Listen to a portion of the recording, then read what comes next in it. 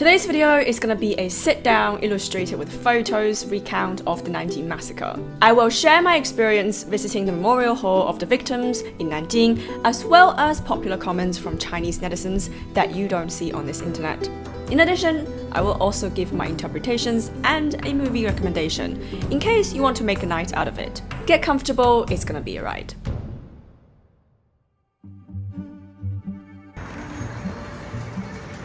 Nanjing always feels like a very important city to me, not only because it has the living memories of modern China.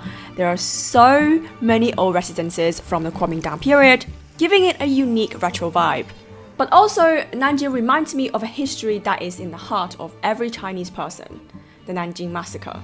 If you aren't familiar with it, the Nanjing Massacre is an orgy of butchering of more than 300,000 civilians when Japan invaded and occupied Nanjing. It was an event that is still the tension between China and Japan even until today. I drove to Nanjing after my last stop in Anhui on my road trip in China and spent a fair amount of time in the Memorial Hall of the victims of the Nanjing Massacre. Everyone knows about the Holocaust and what the Nazi German did to the Jewish community, yet there are not enough people outside of the Chinese community that are aware of the Nanjing Massacre as a part of the WWII war atrocities. So that being said, in this video, I want to retell this history and discuss it from a contemporary Chinese point of view. Now, as I intend to present this history just as it is, I have not made any materials more palatable or more suitable to monetize. There will be some explicit descriptions of war atrocities and graphic images related to those. But don't be intimidated, because we'll be looking at these together. Before I talk about Nanjing, I want to address a question that many of you might be having. Why did Japan invade China? Well, the short answer is power and prestige. Up until the 19th century, Japan, like China, had been a country with hundreds of years of self-imposed isolation. Like China, it did not encourage much trade or diplomatic relations with the outside world. The shockwave reached China first. The Opium War with Britain in 1840 forced Chinese reformers to adopt Western technologies to improve the country. But those who truly owned power in Qing government had no real intention to make structural changes. China didn't successfully modernize and was unable to mobilize a strong and effective army against foreign invasion. No need to say, China's suffering had served a huge lesson for Japan. In 1868, an American naval officer, Matthew Perry, went on an expedition in Japan and forced the Tokugawa government to open ports for international trade and establish diplomatic relations. Japan's government was so determined to recreate itself that within the next 3 decades under the Meiji Restoration, it completely purged the feudal stagnation and hurled itself into a powerful, centralized modern state. It was during this time an expansionist foreign policy to maintain survival, to obtain wealth, power, and prestige has taken its root and gained mass support in the Japanese society. Unlike China, Japan had huge resource scarcity, which means that it did not have the natural resources such as oil, coal, and iron that was essential to support its industrial and economic growth. So the decision makers in Japan saw the country as being in constant threat of being cut off resources from Western encirclement. People started to believe that the only way to secure Japan's survival was to follow the footsteps of the West, to expand overseas. It succeeded. Between 1895 to 1910, Japan successfully made Taiwan, southern island of Sakhalin, and Korean Peninsula a part of its colony and established its influence in southern Manchuria. These victories prepared Japan for more aggressive moves. So, when the Great Depression hit and devastated Japan's export-driven economy, its militarist government decided that territorial expansion into China was the next solution to its long-term strategic ambitions. It all happened within a decade. In 1931, Japan's Kuomintang army occupied China's Manchuria. It created a public state called Manchukuo under the Japanese guardianship. In 1937, with Manchuria as a resource base, Japan launched a full-scale invasion in China. Of course, the Chinese fought desperately hard, but was in no equal measure to the Japanese. Shanghai fell after a 3-month battle in November. Then the Japanese troops headed northwest to Nanjing, China's then capital, to overthrow the Kuomintang government. On December 13th, Nanjing's defense breathed its last breath. Japanese troops marched into the city, celebrating the victory. At this point, there were around 500,000 civilians in the city, without any means to escape or the knowledge that their days are numbered. Over the following 6 weeks, the Japanese troops went absolutely mental.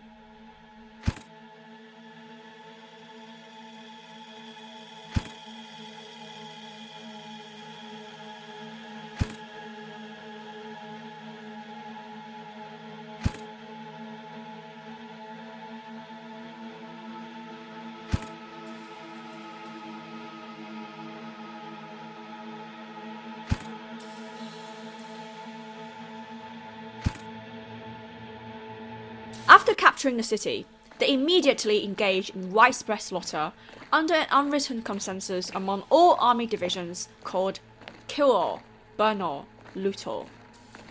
They began by going to the most densely populated areas, killing all men they thought were suspicious.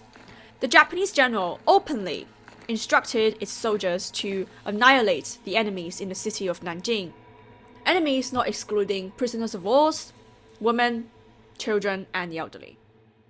When we talk about the atrocity, we are not just talking about the 300,000 death tolls of innocent civilians, or the fact that Japan so utterly violated international conventions regarding treatments of civilians and prisoners of war. We are actually talking about all the cruel ways in which these victims met their death. There was no way for anyone to escape.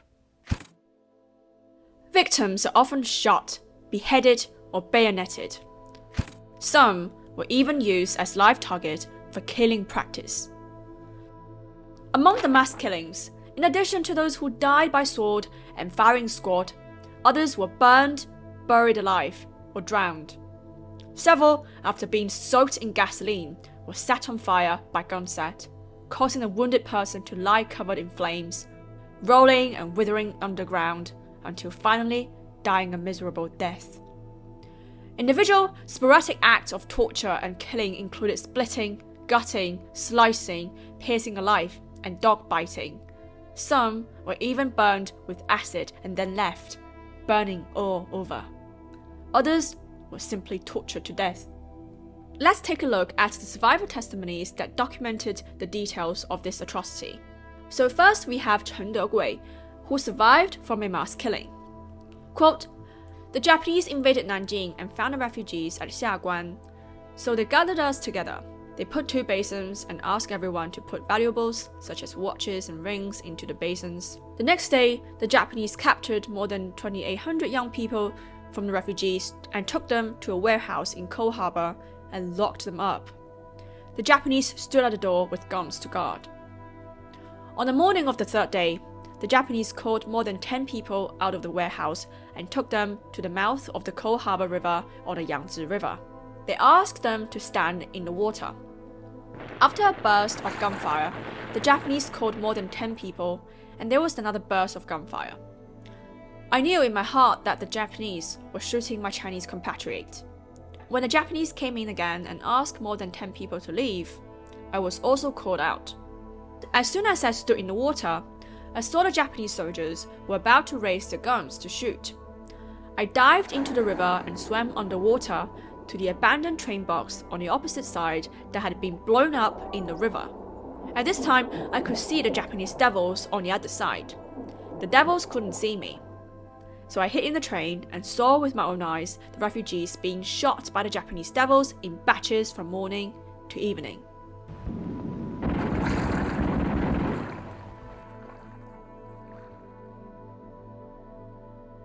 At the end of it, there were still 600 or 700 people. So the Japanese devils drove them all to the river mouth and shot them collectively with machine guns. It was dark after the Japanese devils left. I got out of the train and touched the bottom of the bridge. I was shivering with cold because I had been hiding in the water for a day.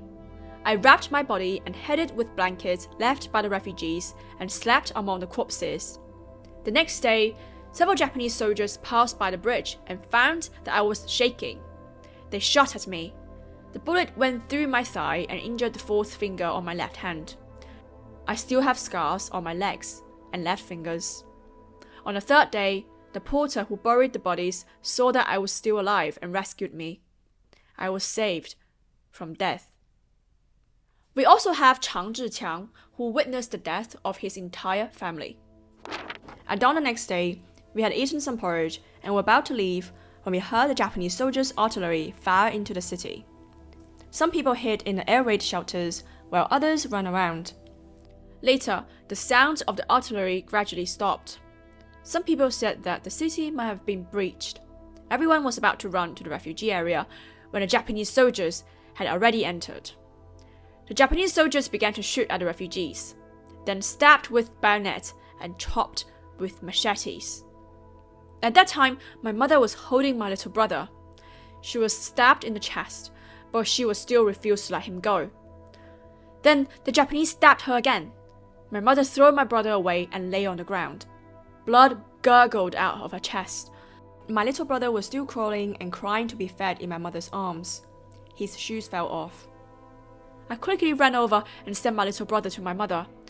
But my mother could no longer speak because of the serious stab wound in the chest. But she still insisted on letting my little brother drink milk. At this time, the Japanese soldiers stabbed my little brother's butt with a bayonet, and my little brother was thrown away.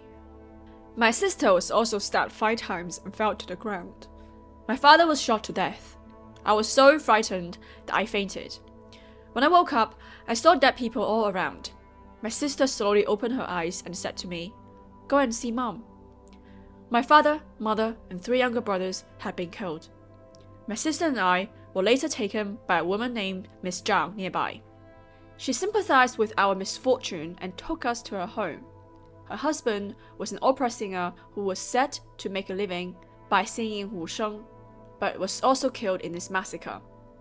A day later, several Japanese soldiers came to her house and dragged this woman named Zhang and my sister to the back of the house and raped them. My sister cried there. After a while, we went to Wangfu Garden to look for some of my brothers. There were still traces of blood there. We asked the locals where my brothers was. They said that a boy was lying in the arms of a dead woman crying and sucking milk. His knot was frozen into ice. They were frozen to death together.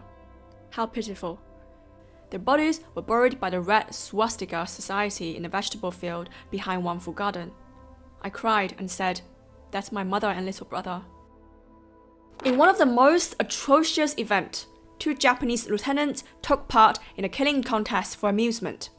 The first one that beheaded 100 people won the competition. Then they raised the number to 150. It is said that after days of killing and disposing of dead bodies into the Yangtze River, the river had completely turned red from the blood. During this mopping up attack at Chinese civilians, women were the most unfortunate victims of all. Between 20,000 and 80,000 women aged between 9 to 80 were being sexually assaulted. It was impossible to put a precise number on it because those who survived were too ashamed to tell their stories, being brought up under Confucian values. Many of the victims were mutilated and killed right after being gang raped by the Japanese troops. Some women were even tied onto a chair so they could be raped repeatedly. I know that these photos are extremely disturbing to look at. I still have trouble looking at them, but I still decided to put them out because that's the only way for people to understand the intensity and the barbarity of the atrocity. Let's also hear from Xia Shuqing, who was only 8 when witnessing the rape and the death of her mother and 2 elder sisters. On the morning of December 13, 1937, a group of Japanese soldiers, about 30 people, came to knock on our door. They shot the owner of the house, Mr. Ha. Immediately he opened the door. Seeing this, my father kneeled down in front of them, begging them not to kill any more people, but was shot dead by them as well. My mother was scared to hide under the table with the 1-year-old youngest sister, but she was dragged out by the Japanese soldiers. They grabbed my sister away from my mother, throwing her fiercely to the ground to kill her. Then they tore away my mother's clothes and several soldiers gang raped her before killing her with a bayonet. They cruelly stuck a bottle into my mother's private part. Later, several Japanese soldiers forced their way into the neighboring room where my grandfather, grandmother, and 2 elder sisters hid. They tried to rape my elder sisters, but were strongly resisted by grandfather and grandmother, so they killed the 2 old people brutally. Then, the Japanese soldiers tore away all the clothes of my 2 elder sisters. They gang raped them before killing them with a bayonet. The soldiers stuck my grandmother's walking stick into my elder sister's private part. I was hiding in a quilt on the bed. I cried aloud out of fear. Then I was stabbed on the back by the Japanese soldiers 3 times, so I fainted. I didn't know how long had passed when I was awakened by the cry of my 4-year-old younger sister. I found we were surrounded by the bodies of my family. We could do nothing but cry loudly, wishing to wake up mother. 头大去，就个正好一个柱子，他就投在柱子上面，打到一划这个衣服，绞死绞，后来就基本上就投耳机。在这个船上也是拉到划鱼上，但是你怎么把鱼上划开干什么的时候啊？当时我就叫喊的了，我就拽着我耳机推，他突然这个抽这一刀，这个抽一刀，这个后头抽一刀，但是我也不知道了。 During the massacre, about 200,000 people were also rescued by the International Committee of the Nanjing Safety Zone, a group of foreigners who willingly stayed to take care of civilians, and some of which even have a very interesting profile. John Raby, the leader of the committee and a Nazi party member, kept more than 600 people in his home, and often used his Nazi badge to protect his refugees. Probably one of the rare occasions when the Nazi symbol saved lives. Others kept detailed records of the atrocities. For example, an American missionary, George Fitch, wrote in his diary, Friday, December 17th, 1937. Robbery, murder, rape continue unabated. A rough estimate would be at least 1,000 women raped last night and during the day. One poor woman was raped 37 times. Another had a 5-month infant deliberately smothered by the brute to stop its crying while he raped her. Resistance means bayonet. The hospital is rapidly filling up with the victims of Japanese cruelty and barbarity. Another American missionary, John McGee, used a 16mm film camera to record the massacre.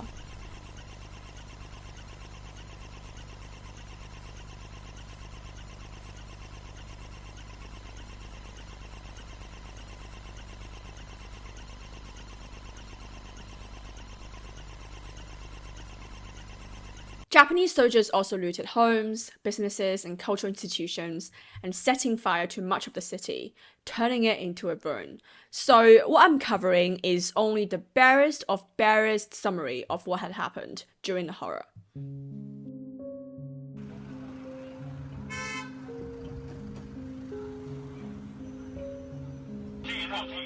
UNESCO Memory of the World.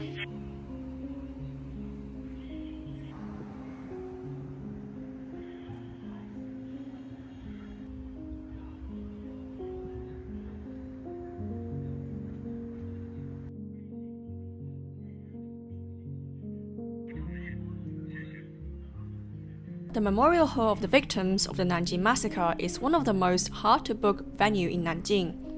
If you make a donation, you can have a white daisy, and it doesn't matter how much you donate. As an important place of Nanjing, it is always filled with visitors.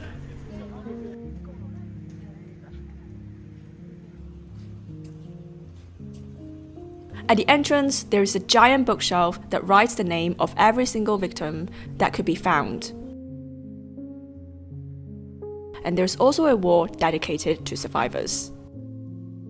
The pictures that have colors means these survivors are still alive. The grey ones have all passed.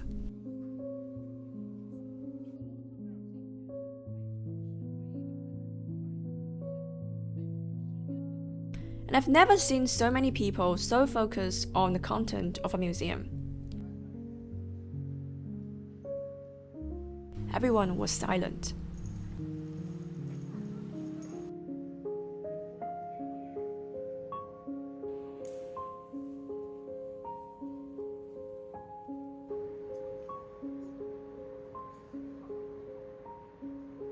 just looking at the comments people left after visiting the museum. Hope women from the entire world to be better. Bad Japanese go to die. A place every Chinese person should go. Oh, there's one from Australia. The horrible incident that had happened during the 1937 war is beyond belief. We shall remember and commemorate it as human beings, not promoting hatred towards each other, but striving for peace. Okay, now here's the fun part. I have collected some top comments, the most resonant stories from the Chinese netizens, from the Chinese internet. These are not only stories passed down from the previous generations on the Chinese experience during the World War II, but also best represents the tone and the attitude of the Chinese public discourse regarding things like nationalism, patriotism, history, and politics. So first of all, the most famous comment of all. Never forget national humiliation, and we need to strive for self-improvement.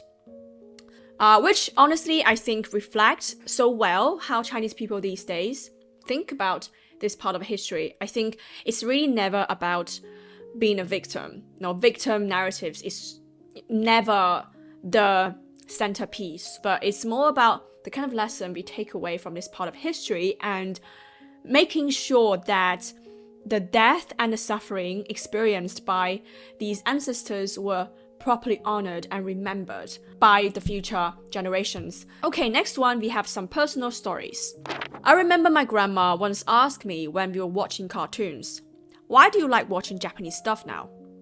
After watching it with us for a while, Grandma said, "It's quite good, as long as you are happy.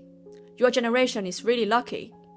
Alas, the Japanese were really terrible back then." Later, I learned from her that when the Japanese air raid came, my grandma ran with the crowd, but she tripped and fell into a ditch nearby. She lay there waiting for the alarm to pass, and when she looked up, she saw a smoking bomb next to her. It must have been faulty and didn't explode. My grandma was so scared and she got a fever and fell ill when she ran home. She was still a teenager at that time, and our family was almost wiped out. My grandma has passed away for many years now, and I still remember everything she told me.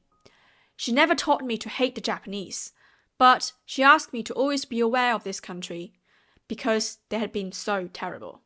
This kind of conversations among Chinese families are actually more common than you think.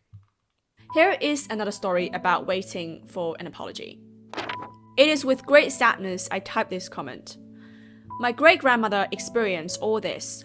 At that time, she was washing clothes by the river.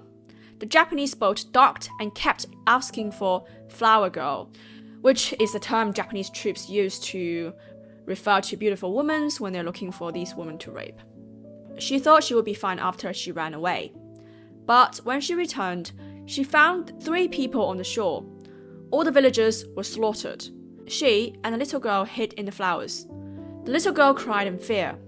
The Japanese soldiers stabbed knives into the bushes. Then they went to the riverside to wash clothes at around 8 o'clock in the morning. By the time Grandma came out from the bushes, it was already sunset. The Japanese army pulled out the little girl's body, with her intestines, heart, and liver hanging on the flowers.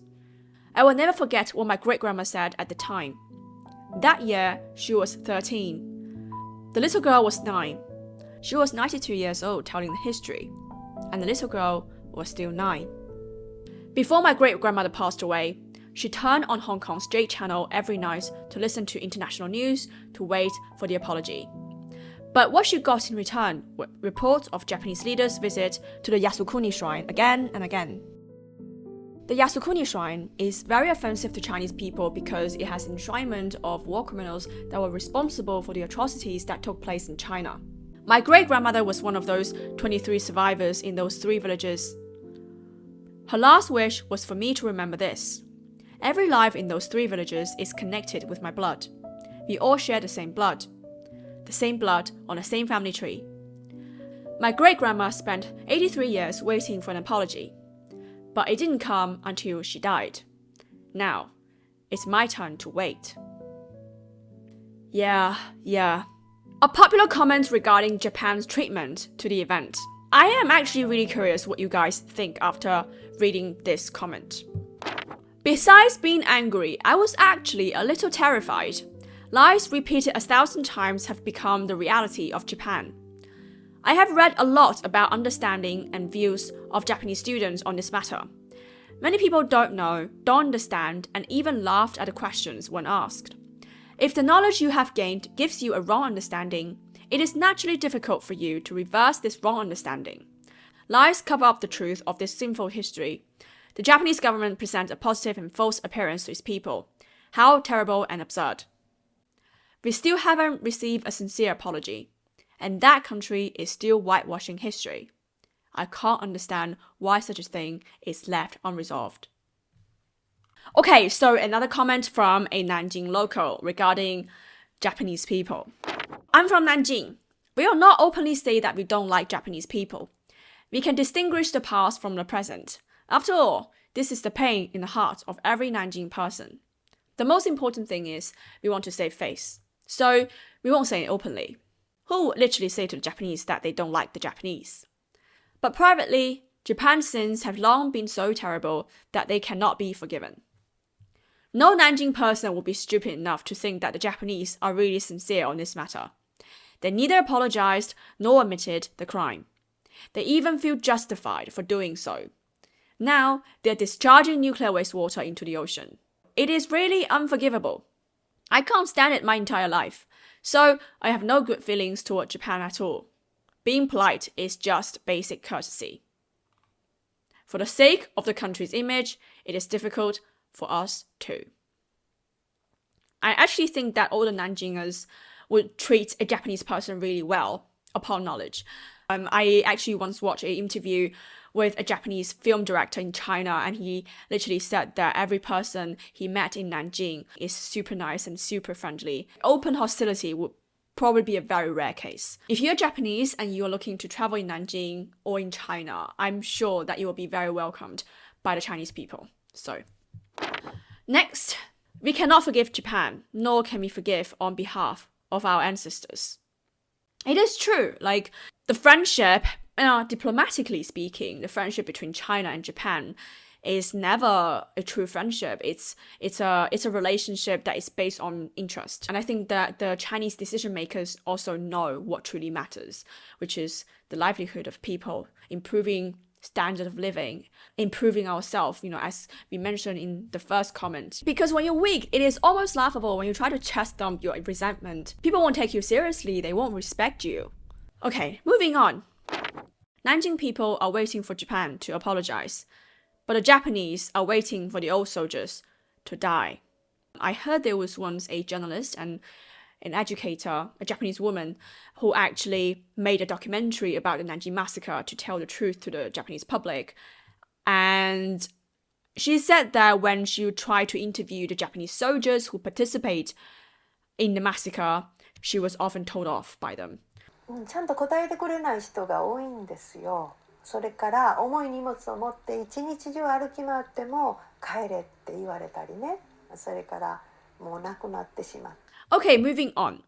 I don't like many aspects of Japanese culture, not to mention Japan during the time when it invaded China. But I won't vent this emotion on individual Japanese people today, unless they show indifference, distortion, tempering, or other general disrespect for that period of history.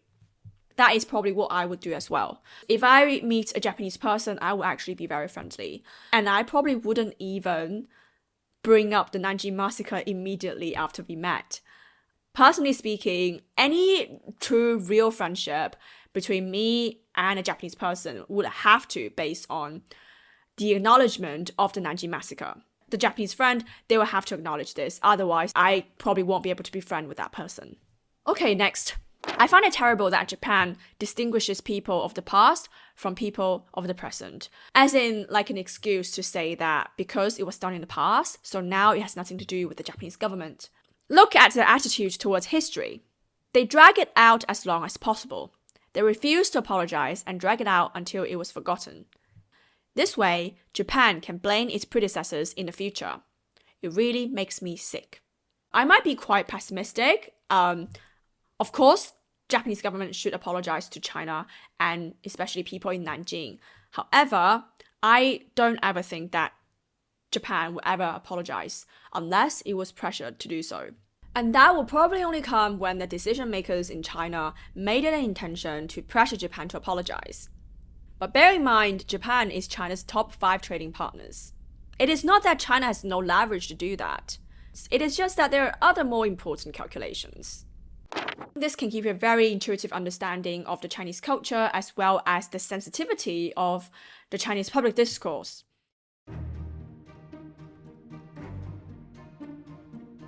Of course, today's Nanjing is so much different now. During the time that I spent in the city, I was really touched by the warmth the city radiated. Nanjing is so cultured and bubbly and open. It is such a gentle and welcoming atmosphere. I was also there to visit a friend. We had a lovely time catching up in a bar, listening to live rock and drinking beer. And there was this one night my phone completely went out of battery and I literally cannot do anything without a phone in China. Luckily, a local Nanjinger helped me charge my phone. Interestingly, we got into talking and then later he invited me to check out the place that has all the Kuomintang buildings and also recommended me a place that has the best dessert of Nanjing. I had so many more interesting conversations in Nanjing that I couldn't even count. Okay, finally, I'm going to wrap up this video by recommending you a movie about the Nanjing Massacre that I personally really like. 钓是钓鱼箱嘞？什么钓鱼箱啊？就是姐。她们就是有名的秦淮好女人。关于她们的传说，跟南京这座城市一样古老。It's called The Flowers of War, a melodrama directed by Zhang Yimou, beautifully played by Christian Bale and Nini, also adapted from a Chinese novel. Now, it's a story about salvation and love among 13 schoolgirls, 12 prostitutes, and American mortician. It is also a story about humanity, all told under the backdrop of the Japanese invasion. It really captures so beautifully the Chinese experience during the World War II and the Chinese sentiment regarding the war and cultural trauma. It's actually very tastefully done. And the music in the movie is so on point, so superb. Give it a go. I am very confident that you're gonna like it. Okay, that's it for today. In the next episode, we'll be back on the road. So I'll see you next time.